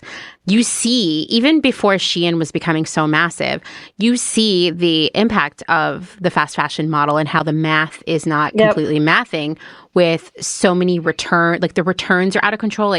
Revolve's return rate is 60%. I don't know how a business stays in business with 6 out of 10 garments being returned. That is wild to me. But you see it with the returns, and you see it with the write-offs of unsold inventory, the write-downs, and just trying to rehome this stuff with jobbers, make back any kind of 1 cent if they have to. I mean, Target has been liquidating apparel inventory so hard for the past year or so. It's in every thrift store I see, whole racks with tags. I mean, these companies are not actually being as efficient as they once were, because the fast fashion model isn't really working in the long term. Exactly. Yeah, it's not playing to what they can be really good at. Absolutely. So let's talk about how this legislation will benefit us, consumers, people who buy clothes, because, sometimes it's okay to be a little bit selfish.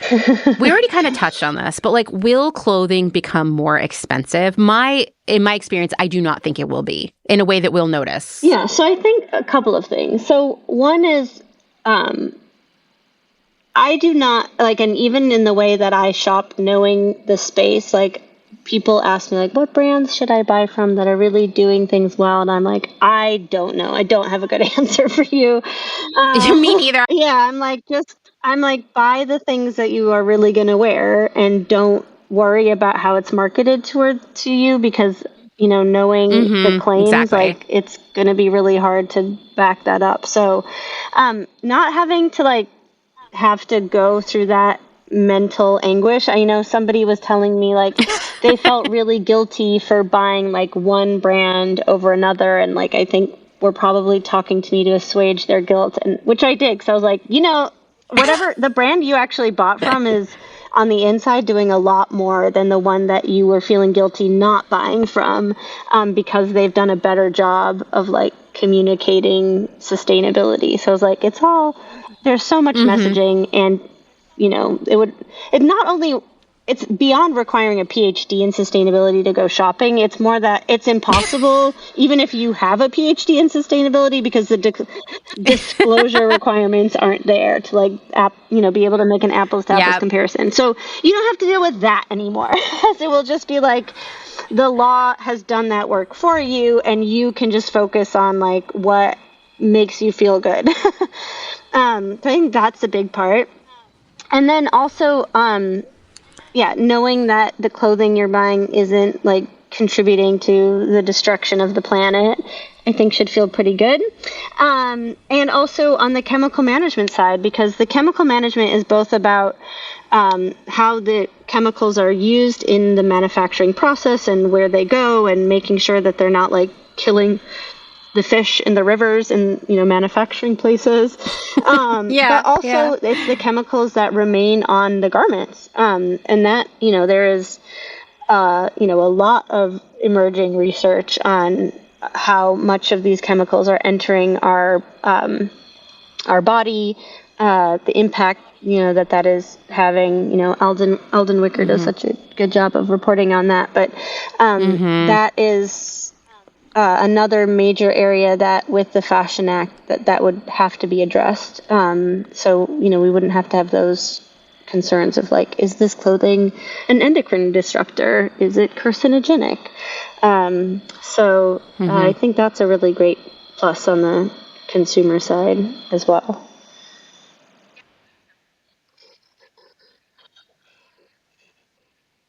Yeah, I think so. I mean, honestly, like this could make our lives easier because it is really hard to buy things you feel good about right now. And also, I personally don't want to drink water that is polluted with like PFAS and stuff like that, or get a rash from my clothes. Like I think that these are simple things that, that are simple pleasures, big quality of life improvers. I also wondered, like, you and I talked about this before, like fast fashion has really changed how, not just how this industry works, but how we as people who buy and wear clothes, our attitudes about clothing and how much we buy and how long we wear them, stigmatized outfit repeating, that idea of like you can't be seen more than once in the same outfit on Instagram, that hamster wheel of new clothes that we're on because they don't last. Do you think that this kind of legislation could possibly also change our relationship with clothing, even the people who aren't involved in actively thinking about that right now? Role or play a helpful role in this regard. And like, I'm always hesitant that like no one law is like the panacea for everything. But this is how I think, things can play out is you have these fast fashion companies and they, will be then required to, reduce their emissions in line with the Paris Agreement. And the only way, first they can start with like working with their suppliers to transition to green energy, and that will reduce it. But the number one driver of their emissions is just how many units they are producing. And so they'll like look at the math and be like, this isn't working out for us, and we're going to be fined 2% of global revenue. And what if this gets picked up in another jurisdiction and more fines? So maybe we should rethink like our business model. And you see that a little bit like in PepsiCo, right? PepsiCo, they started, like they bought Auntie Anne's, the organics brand, like, or even H&M, which owns, what is it? And Other Stories? Yeah, exactly. So like they, are beginning to diversify into other things that aren't just pure trend-driven, fast fashion.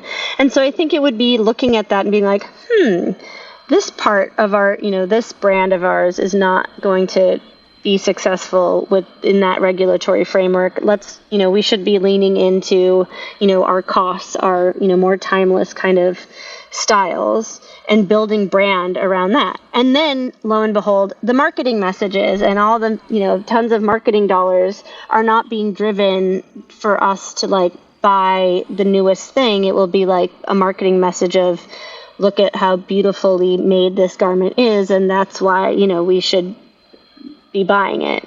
And then because the messaging, right, which is like the fight that everybody in the sustainability space is like fighting against, the messaging machine will change, so the consumer behavior would like shift.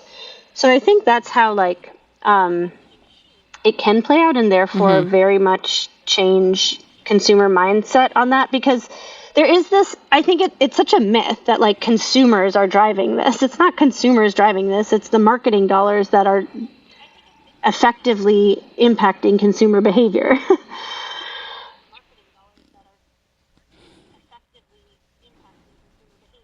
Yeah, absolutely. Yep. I mean, we have just like, it's all around us, especially in this, the social media era. Like before, if you wanted to be actively sold clothing and have your behavior around clothing changed, you almost had to like participate more like in consuming media. Like you'd have to watch television and buy fashion magazines.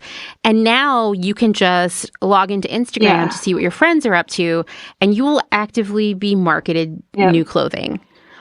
Even if it doesn't feel like that's what you're being sold. And so I always say that, like, you know, all of these fast fashion brands should be sending like a huge edible arrangement to Meta offices like every day for the rest of time, because Instagram really got things going with changing how we consume clothing by like these dumb behaviors, like we have to have a new outfit for every occasion, no matter how minor, you know. It came from that. And no one was actively saying to us, hey, you should get a new outfit for date night or for Mother's Day or what have you. But the companies were spending their marketing money to tell influencers to tell us that. I think it was a third of Meta's growth in last year, the last quarter of last year, came from Shein and Temu. Like, the marketing dollars, like, are like the social media, which is like seen as tech. It's they're advertising companies, and they are advertising, you know, a lot of fashion. And so, you know, for my book, I did, I was speaking to a lot of psychologists about like consumer behavior. And, you know, in any consumer behavior, it's about how many the cues you have in your day, right? So if you are, you know, trying to eat more healthy, like you change your way you drive home so you're not driving by a McDonald's. I say this from personal experience.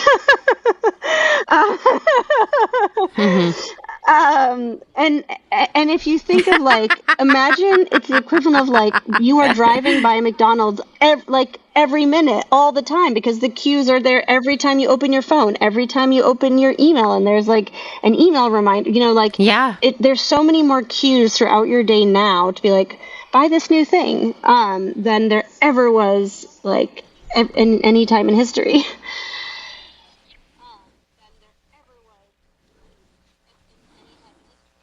Yeah, it's true. It's true. And especially when we talk about clothing, because, you know, you didn't see commercials for clothing on television. It was mostly other consumer products, right?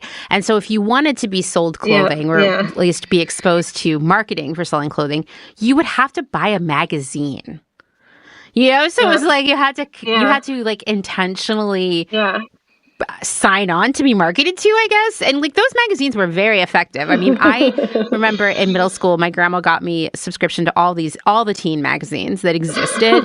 And I was filled with such a lust for clothing and makeup. Like it was like uncontrollable. Yeah, but I could have just stopped getting those magazines and I probably would have thought about it a lot less, you know? Yeah.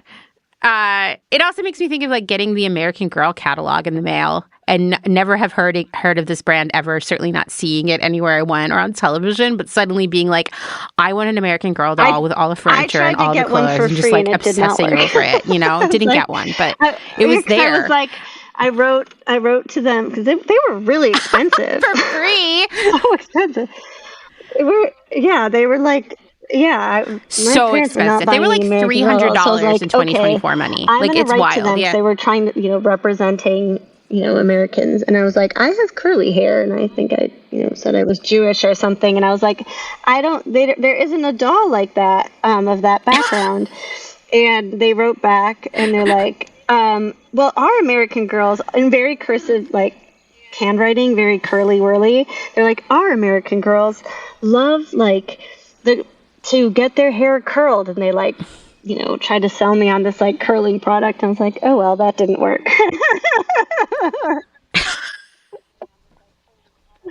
No, scammers. Yeah, that was so cool. I love though that probably someone sat down and wrote that response, which I do appreciate. With the brand that I ever had, and they took the time to write this. Yeah, that's really cool.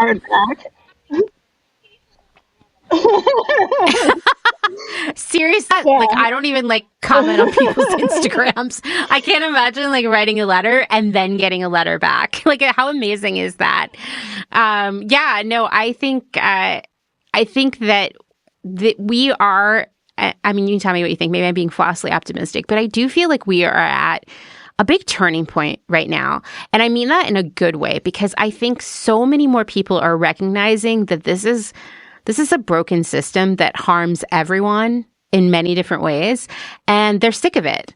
And I think at the same time, like, if we can get all those people who are over being sold bad clothes that make them feel bad, that eat up all their money, that don't last long, maybe if we can get everybody involved as concerned citizens, we can get the Fashion Act passed, and so many other things.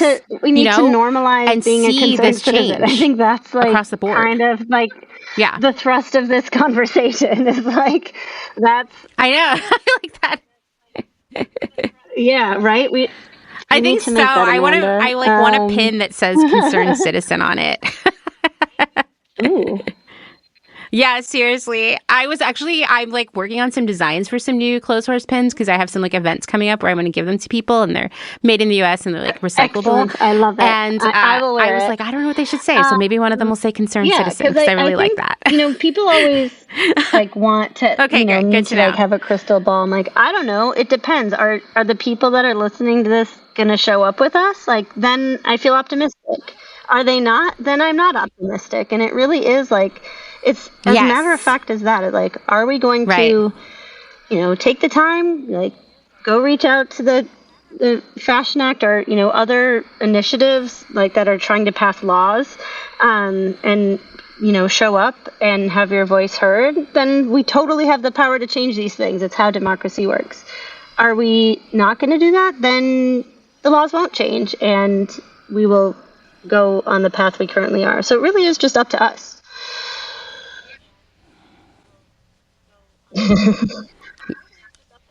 Yeah, it really is. No pressure or anything. But unfortunately, we do have to be involved in it. So here's my question for you. How can people get involved in the Fashion Act, show their support, show up for it? Yes. So they can go to thefashionact.org, and there is a way to sign up to be informed of all the ways to be engaged. Also, we through NSI on NSI's social media page, where and that's NSI Fashion 2030 on Instagram. We're using it as the base to collect all of the wonderful posts, including yours, Amanda, just to show the coalition effort that is very much underway. So that's a great place to follow and learn more. But thefashionact.org. And they can reach out to me. I'm very accessible via LinkedIn too, or reach out to you, Amanda. I don't want to offer you.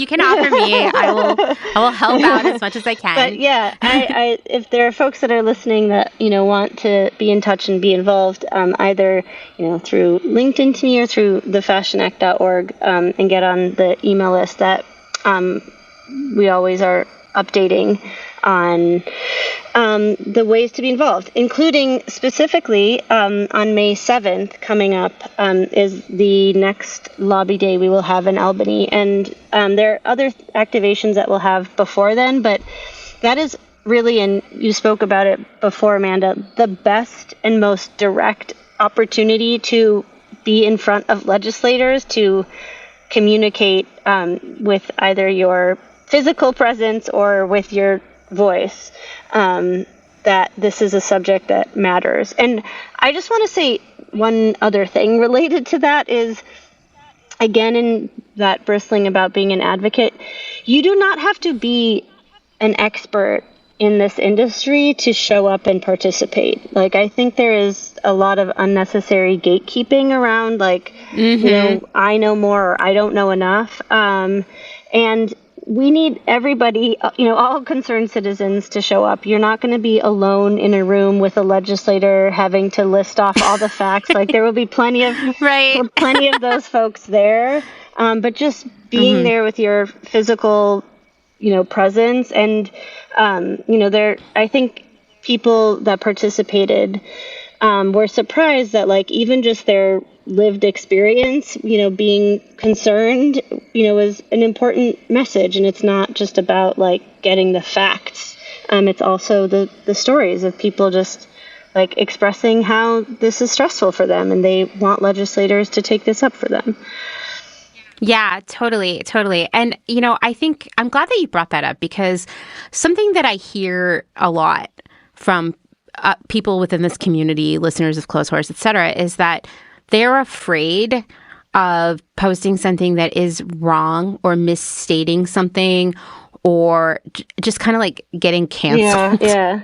because like there's so much pressure to like get it right. And honestly, don't be afraid. It's going to be okay. Like showing up is all you have to do, and you don't have to worry about like misstating a fact or something like that. Like you don't even need to come out there and be like, oh, every pair of jeans uses this much water, because we don't even know if any of that stuff is true at this point. But what we do know is what we can see as the impact of this industry on our own lived experiences and the lives of other people out there on the planet. That stuff is not something you can misstate because you know it really well. Yeah, exactly. It's what that feels like, and then we are there, it's our job, with New Standard Institute to provide the facts that actually have been fact checked. So it's let that be our job. We'll share those those stats with folks so that they at least feel empowered. But it's not like, as you said, their responsibility. And I have been in so many meetings where the facts are not perfectly stated accurately, and it doesn't, like, we can always go up and clean up those perceptions later. Exactly.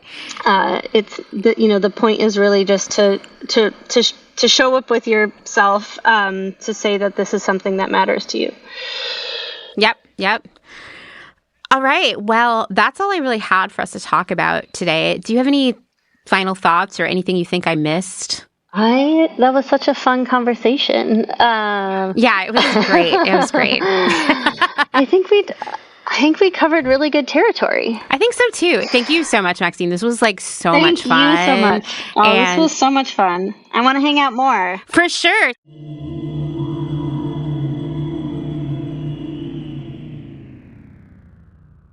If you're enjoying this episode, then this is a great time to remind you that my work here at Clotheshorse is made possible by the support of listeners like you, just like NPR, and these great small businesses. Please go give them your support.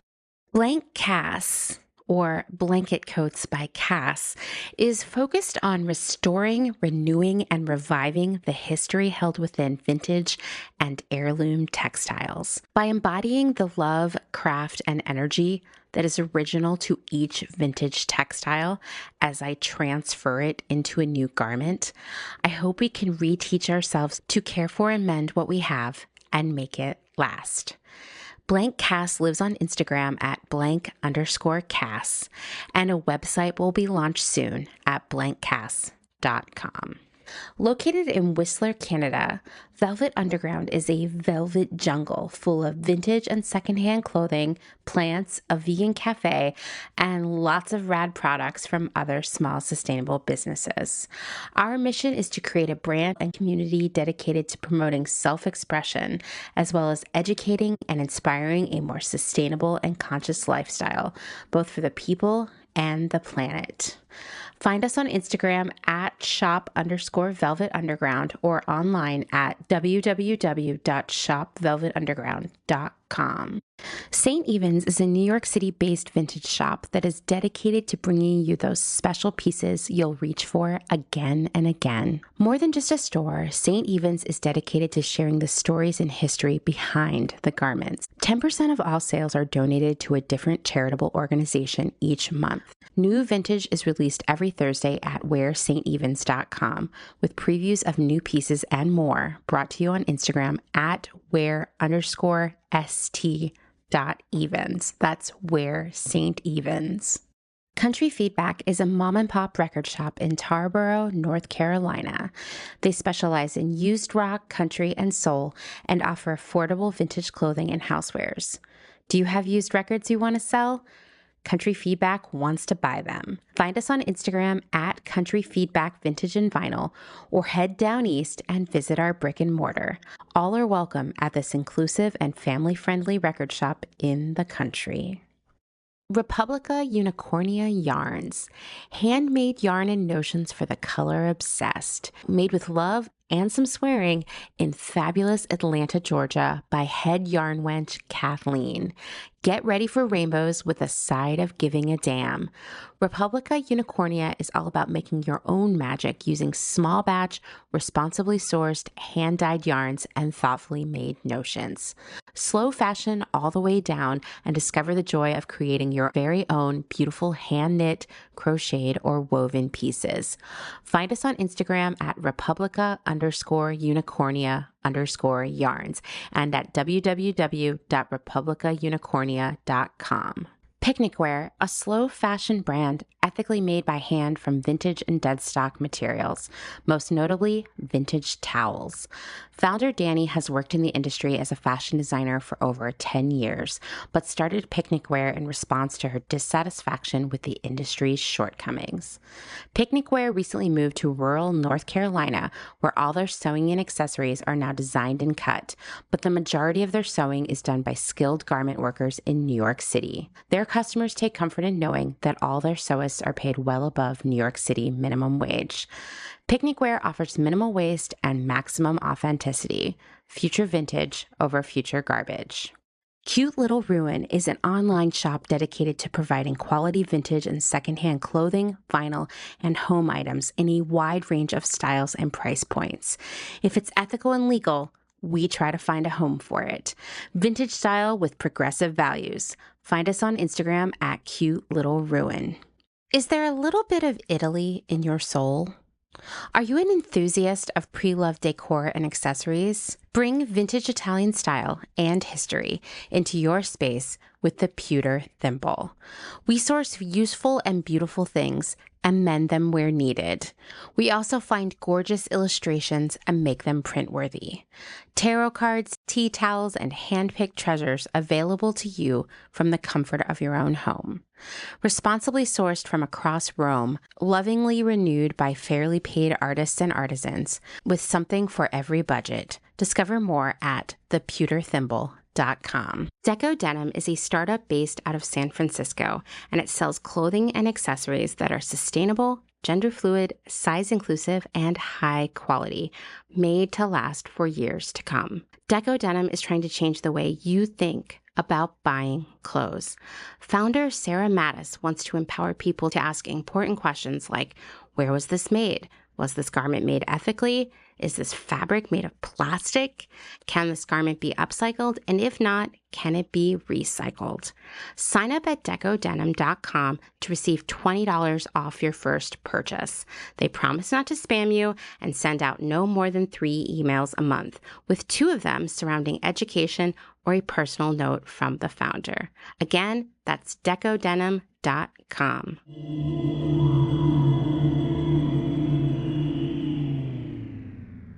Thanks to Maxine for spending time with us all. I personally had so much fun talking to her.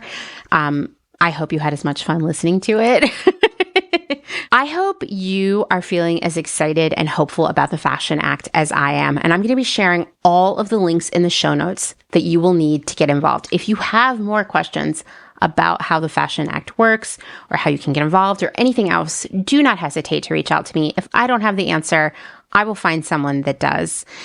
And I also want to remind you of the lobbying day that Maxine mentioned on May 7th in Albany, New York. I would love to put together a sort of central/eastern Pennsylvania crew of people to go up for the lobbying day with me. So if you're interested, send me an email. Let's see what we can figure out, because that would be super fun. It's a long drive, but it'll be fun if we did it together.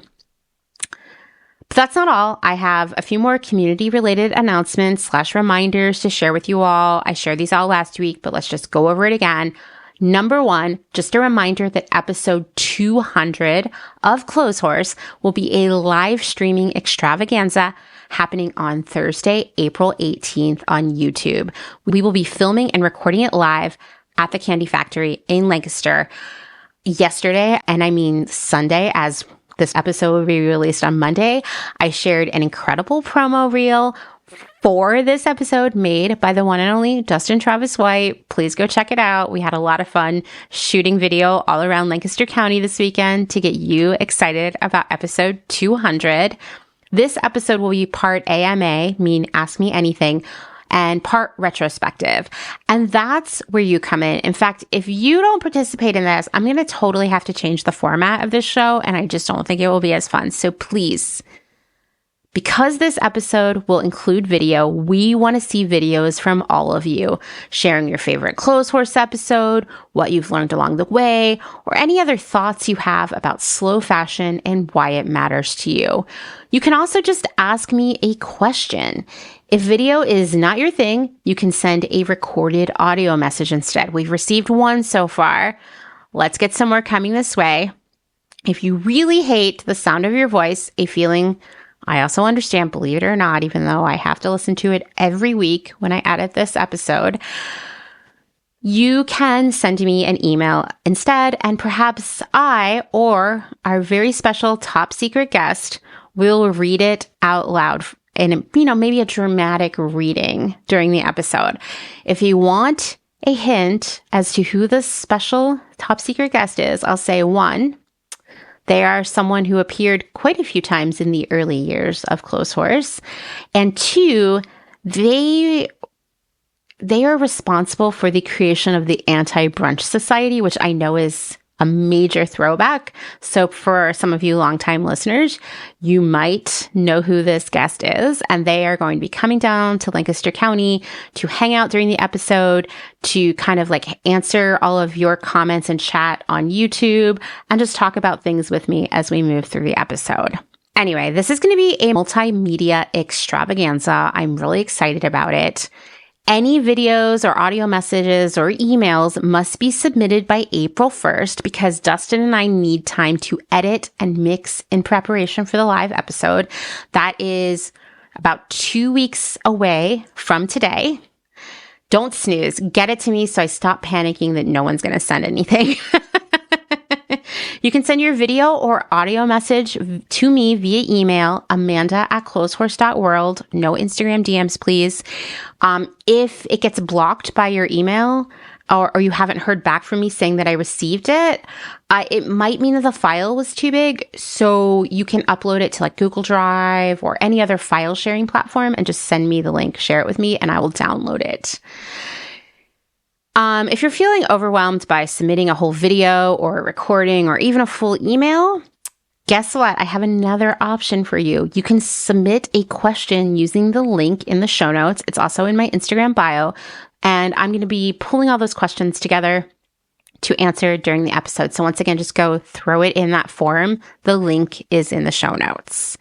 Okay, the next announcement, number 2 here, is that the next Clotheshorse Hangout /webinar will be happening on Thursday, March 28th. The topic will be how to talk to others about slow fashion. I'm really excited about this. I think this is going to be an ongoing conversation for us this year. And I want to hear in that session any successes you've had that way. Like, let's help one another talk to others about slow fashion / fast fashion. As with last month's webinar, participation is free. But of course, if you have a good time and you learn something new, I encourage you to support my work by buying me a Ko-fi. You can find the link to register in the show notes. And just like the last time, there are only 100 spots available, so do not procrastinate. There will not be a webinar in April because there's just too much going on that month. In addition to the live episode, I'm going to Tempe, Arizona at the end of the month to speak at Behind the Seams, a part of Eco Fashion Week. And last announcement, number 3, we have settled on some dates for the Clotheshorse Jamboree here in Lancaster, PA this summer, August 16th through the 18th. We are still in the very early stages of planning this, so stay tuned for more updates, but they'll be coming soon. Okay, one last thing I want to add is that recently, I don't know how, I've been getting emails about the podcast and asking me to for help with things, etc., to my personal Gmail account. And I would encourage you not to email me there because I use that for work, and plus there's a lot of spam that comes through there. So I may not see your message. So please, with any official questions, amanda@clotheshorse.world. If you have emailed me and at my personal Gmail address and not heard back, check your spam folder because I've been sort of forwarding those emails to my clotheshorse.world account and replying from there. And I would just say in general, if you're like, oh, Amanda never wrote back to me, check your spam folders. All right. That's a lot of updates and announcements, but I'm just so excited to get to spend time with our community in new and more personal ways this year. Because as Maxine said, there's something so powerful about being part of a community and working towards something that matters to us all. The impact it has on our mental health cannot be underestimated. Community creates hope. It also spreads hope, and hope is what we need to make things happen. So let's stay hopeful together this year. Thanks for listening to another episode of Clotheshorse. Written, researched, edited, hosted, all the things by me, Amanda Lee McCarty. You know what to do if you liked it. Leave a rating, leave a review, subscribe, and tell your friends. If you'd like to support my work financially, there are numerous ways you can do that. You can find links in the show notes. You can find links in my Instagram bio. You can find links at clothehorsepodcast.com. Next week, there will not be an episode of Clotheshorse. I am traveling out to Yucca Valley / Joshua Tree with Dustin and Dylan. We're going to see some clients. We're going to spend some time together. And I will be back with a new episode the week after that. It's a really good one. I've been editing it. I'm so stoked about it. And yeah, lastly, but never leastly, of course, thanks to Dustin Travis White for our music, our audio support, and, you know, going around making weird videos of mules and root beer stands this weekend. All right. See you all in a couple of weeks. Bye.